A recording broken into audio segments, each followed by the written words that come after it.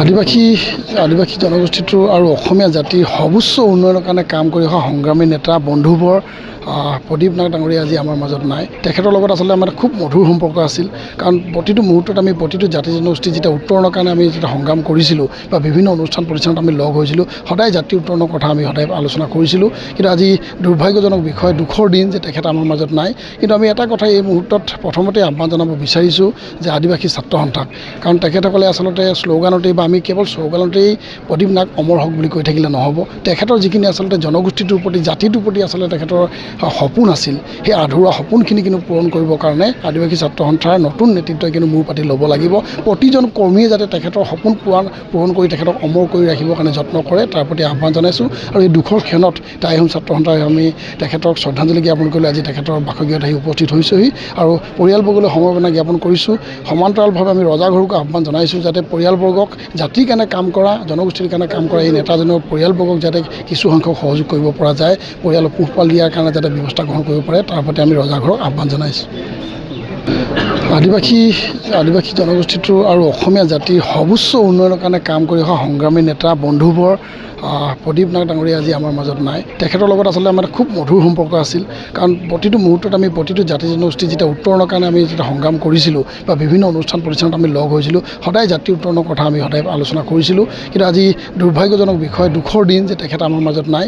কিন্তু আমি এটা কথা এই মুহূৰ্তত প্ৰথমতে আহ্বান জনাব বিচাৰিছোঁ যে আদিবাসী ছাত্ৰ সন্থাক, কাৰণ তেখেতসকলে আচলতে শ্লোগানতেই বা আমি কেৱল শ্লোগানতেই প্ৰদীপ নাথ অমৰ হওক বুলি কৈ থাকিলে নহ'ব। তেখেতৰ যিখিনি আচলতে জনগোষ্ঠীটোৰ প্ৰতি, জাতিটোৰ প্ৰতি আচলতে তেখেতৰ সপোন আছিল, সেই আধৰুৱা সপোনখিনি কিন্তু পূৰণ কৰিবৰ কাৰণে আদিবাসী ছাত্ৰ সন্থাৰ নতুন নেতৃত্বই কিন্তু মূৰ পাতি ল'ব লাগিব।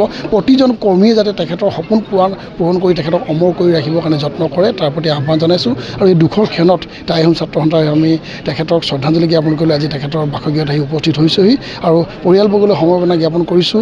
সমান্তৰালভাৱে আমি ৰজাঘৰকো আহ্বান জনাইছোঁ যাতে পৰিয়ালবৰ্গক, জাতিৰ কাৰণে কাম কৰা, জনগোষ্ঠীৰ কাৰণে কাম কৰা এই নেতাজনৰ পৰিয়ালবৰ্গক যাতে কিছু সংখ্যক সহযোগ কৰিব পৰা যায়, পৰিয়ালৰ পোহপাল দিয়াৰ কাৰণে যাতে ব্যৱস্থা গ্ৰহণ কৰিব পাৰে, তাৰ প্ৰতি আমি ৰজাঘৰক আহ্বান জনাইছোঁ।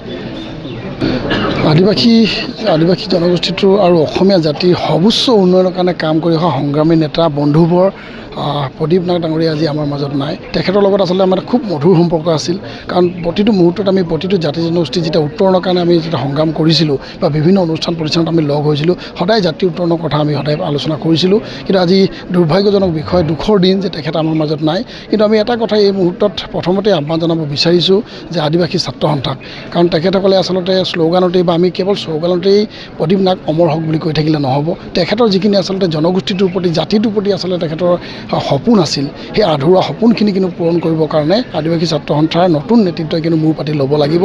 প্ৰতিজন কৰ্মীয়ে যাতে তেখেতৰ সপোন পূৰণ কৰি তেখেতক অমৰ কৰি ৰাখিবৰ কাৰণে যত্ন কৰে, তাৰ প্ৰতি আহ্বান জনাইছোঁ। আৰু এই দুখৰ ক্ষণত টাই আহোম ছাত্ৰ সন্থাই আমি তেখেতক শ্ৰদ্ধাঞ্জলি জ্ঞাপন কৰিলে আজি তেখেতৰ বাসগৃহত আহি উপস্থিত হৈছোঁহি আৰু পৰিয়ালবৰ্গলৈ সমবেদনা জ্ঞাপন কৰিছোঁ। সমান্তৰালভাৱে আমি ৰজাঘৰকো আহ্বান জনাইছোঁ যাতে পৰিয়ালবৰ্গক, জাতিৰ কাৰণে কাম কৰা, জনগোষ্ঠীৰ কাৰণে কাম কৰা এই নেতাজনৰ পৰিয়ালবৰ্গক যাতে কিছু সংখ্যক সহযোগ কৰিব পৰা যায়, পৰিয়ালৰ পোহপাল দিয়াৰ কাৰণে যাতে ব্যৱস্থা গ্ৰহণ কৰিব পাৰে, তাৰ প্ৰতি আমি ৰজাঘৰক আহ্বান জনাইছোঁ।